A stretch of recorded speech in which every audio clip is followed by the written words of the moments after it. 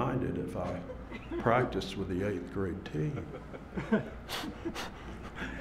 And I'm thinking, not only can he not read, he's now self-imposed 2 days on himself in the 7th grade. Well, who would want to do that? Until 3 days later, I was out there too. And pretty soon word came around that Perkle and Robertson are out practicing with the 8th grade, and others began to come, and that's when it started. Y'all want to know, that's when it started. We didn't win a game our 7th grade year, but we were there. And so on a team that never had leadership problems. I mean, you don't play with John and Jeff Colquitt and Dwight and Ronnie McClendon and Victor and Carl McEnroe, and you don't play with these guys and ever worry about where your leadership's going to come from. But the heart and soul of that team, I believe then, and I believe this day, was Philip Perkle. And so, Perkle, I want to thank you publicly for my teacher and my friend and my teammate, Philip Perkle. Thank you all.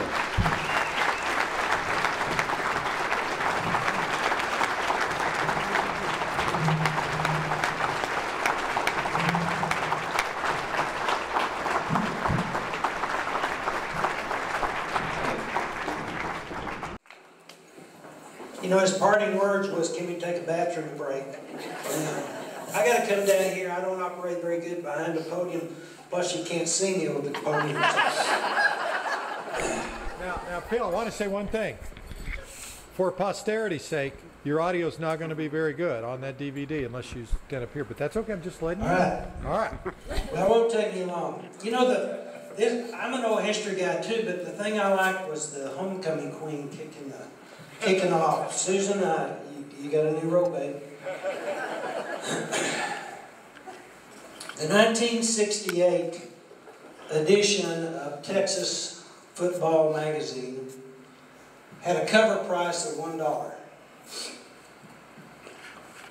The picture on the cover was Texas A&M quarterback Ed Hargett, and the caption underneath read, "Texas A&M's cool Ed Hargett puts the knife in Alabama." And the feature story in the college section was about that great Texas A&M victory, Gene Stallings, a student of Bear Bryant, in their win over Alabama in the Cotton Bowl. They had a special edition they called the 5-Year Schoolboy Champions. And the leading paragraph read something like this. As any Pennsylvanian knows, the world's best high school football is played in the state of Texas. No question. Then the next question is, so, given that, who is the best team in the state of Texas? Not over one season, but over a span of 5 seasons. If your answer was Plano, Dumas, Amarillo, Tascosa, Keller, Clifton, those would all be great answers. However, the winningest team in the state of Texas over the last 5 years are the Dalhart Wolves.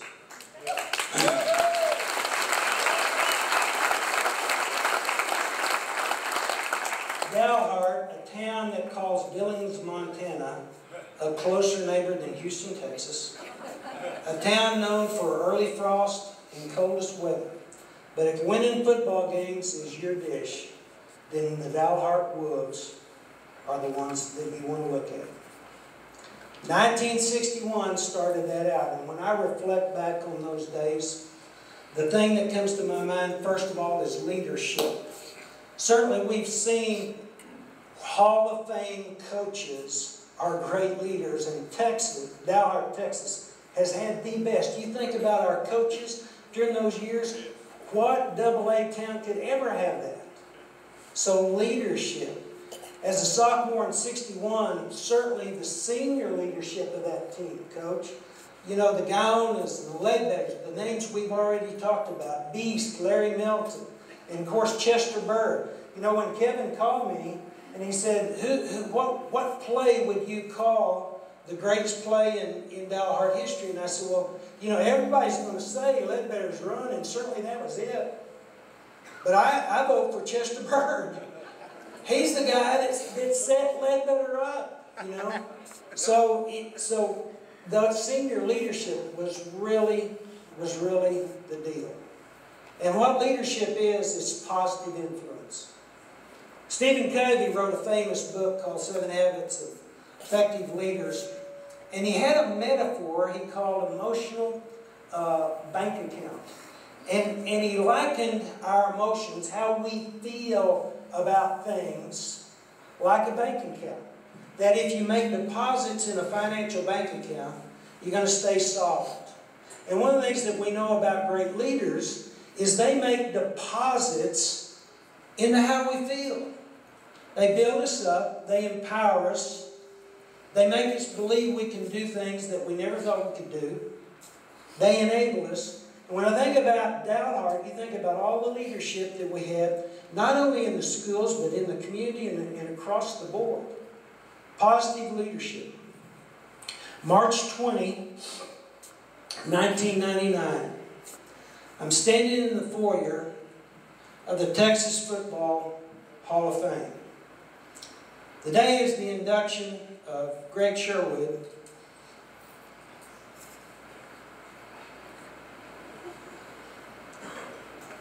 into the hall. Coach Etheridge has been inducted in 1997.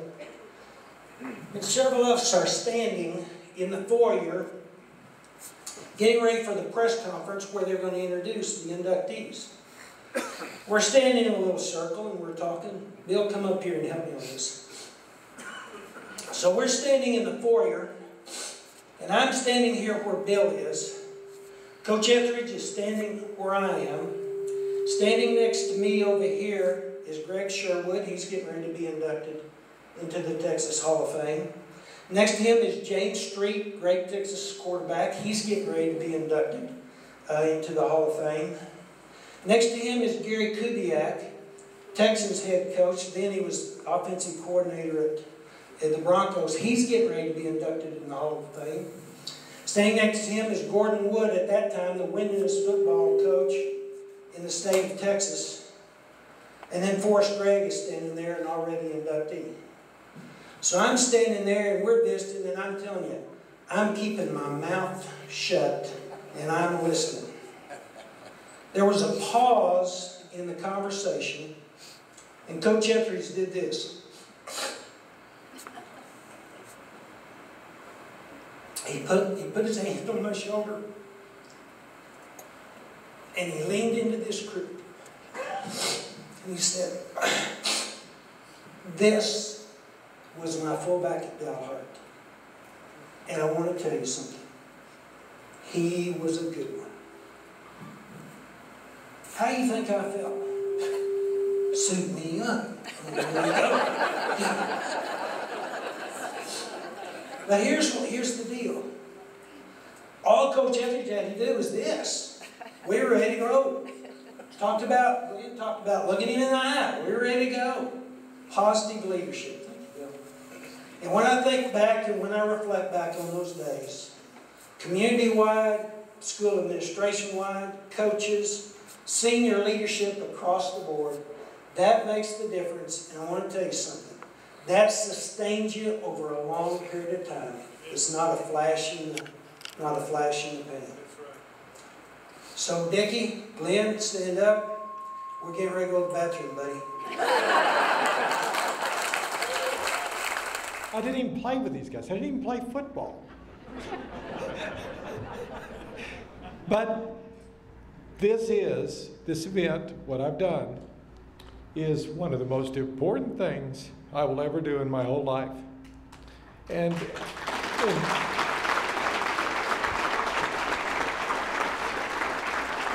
I brought my beautiful daughter Sabine. She's in Atlanta. She is going to be a surgeon. She's a resident. And I said, my wife, bless her heart, her mother's in Slovakia, and her mother's ailing, and she had to be in Slovakia, couldn't come. My other daughter's very busy with medical practice in California.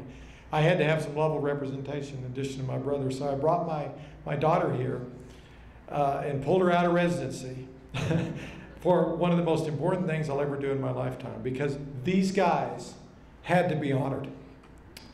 1960s in Dalhart, Texas, had to be remembered. As I wrote in the supplement, it was a time of almost exclusively nuclear families and hardworking people raising good kids who went on to make something of themselves. And you know what? Coming back to Dalhart, which I seldom visit, a lot of people from out of town, a lot of people that live here. This town looks great. I mean, I've never seen it. Of course, it's had a little rain. The streets are clean. It's just, everybody in this room has a tie to Dalhart, Texas. And that's what we're celebrating. We're celebrating the days of our youth. We're celebrating our heroes of the past. And it had to be done. So tonight, it's going to be very special as well. I think almost all of you are going to be there. Let me run through the items that we have coming up. We have we'll have a little bit of tea and coffee and maybe some cookies over at St. James Episcopal Church. 4 o'clock, please make your way to Dalhart High School, where we're going to have the round table, some great stories. Then please partake of the Band Boosters food. And then get over to Dalhart High, to the stadium, beautiful new stadium, where we're going to cheer on the Wolves, and they're going to give it their all.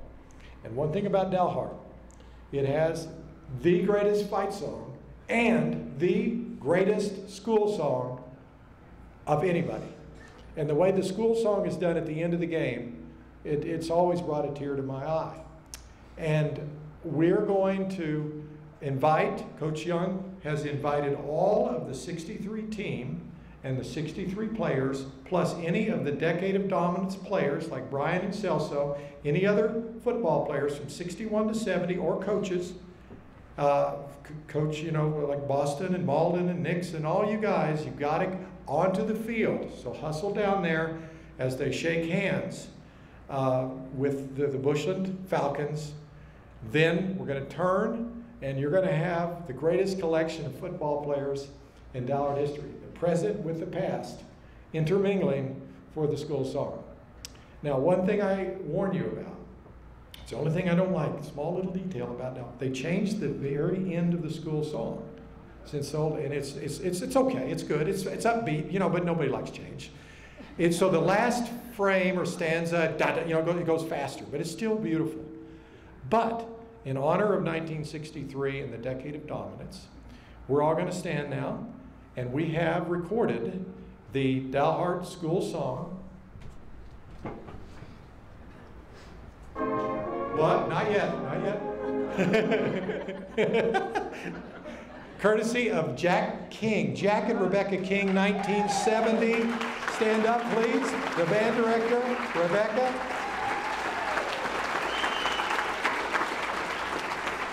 Joel Hogue was a freshman on this band. I wasn't even in the band, so I had nothing to do with it. But you're going to hear that, and then you're going to hear the fight song as we exit the building. I tell you what, it's a day that none of us will ever forget. And tonight, it's Go Wolves. Right now, please, everybody stand. Let's sing the alma mater.